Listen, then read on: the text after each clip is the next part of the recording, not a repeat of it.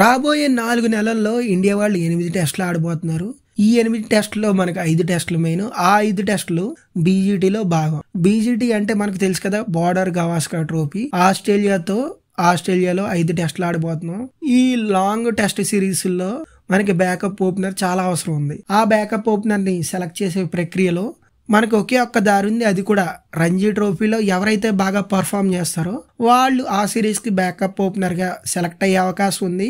మధ్యలో New Zealand series ఉన్న దాంట్లో సెలెక్ట్ చేస్తాం కరెక్టే, బట్ వాళ్ళకి మ్యాచ్ ప్రాక్టీస్ అయితే దక్కదు. బికాజ్ రోహిత్ శర్మ, జైస్వాల్ ని పక్కన పెట్టి వాళ్ళని ఆడించడం అంటే రిస్క్ అవుద్ది. ఎందుకంటే మనం WTC ఫైనల్ ఆడాలంటే ప్రతి మ్యాచ్ నగ్గాలి.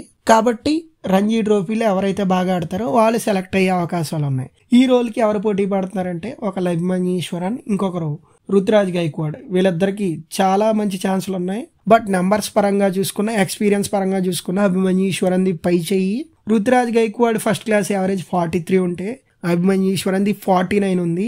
అండ్ లాస్ట్ 2-3 ఇయర్స్ నుంచి ఫామ్ చూసుకున్న అభిమన్యు ఈశ్వరన్ ఫామ్ చాలా బాగుంది.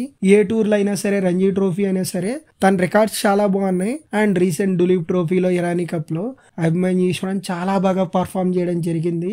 ఎలా చూసుకున్న అభిమన్యు ఈశ్వరన్ దే పైచే కనబడుతుంది. బట్ రుతురాజ్ గైక్వాడ్కి కూడా ఛాన్స్ ఉంది.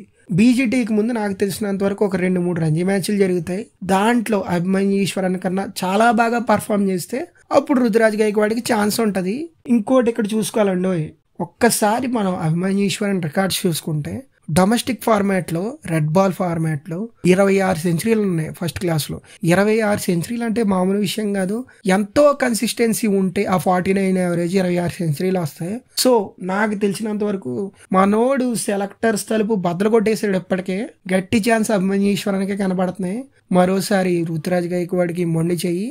ఇంతకుముందు మన ఛానల్లో ఒక వీడియో చేసాం, T20I ఫార్మాట్స్ లో రుతురాజ్ని తీశారు, అది అన్ఫెయిర్ అని చెప్పి. ఆ వీడియో కూడా చూడండి. ఇప్పుడైతే అంత అన్ఫెయిర్ అనిపించట్లేదు. బికాస్ అభిమన్యు ఈశ్వరన్ చాలా డిజర్వింగ్ క్యాండిడేట్. ఈ ఫార్మాట్ పరంగా రుతురాజ్ గైక్వాడ్ తో పోల్చుకుంటే రుతురాజ్ గైక్వాడ్ అయితే మాత్రం T20Is లో ఖచ్చితంగా డిజర్వింగ్ క్యాండిడేట్. తను వైట్ బాల్ ఫార్మాట్ కి ఇప్పటికైనా కన్సిడర్ చేస్తే బాగుంటది. కానీ ఈ ఛాన్స్ మాత్రం అభిమన్యు ఈశ్వరన్కి వస్తే బాగుంటది అని నా ఉద్దేశం. మీరేమనుకుంటున్నారు కామెంట్ బాక్స్ లో కామెంట్ చేయండి. అండ్ సెలెక్టర్స్ ఎవరిని సెలెక్ట్ చేస్తారో చూద్దాం. I'm eagerly waiting.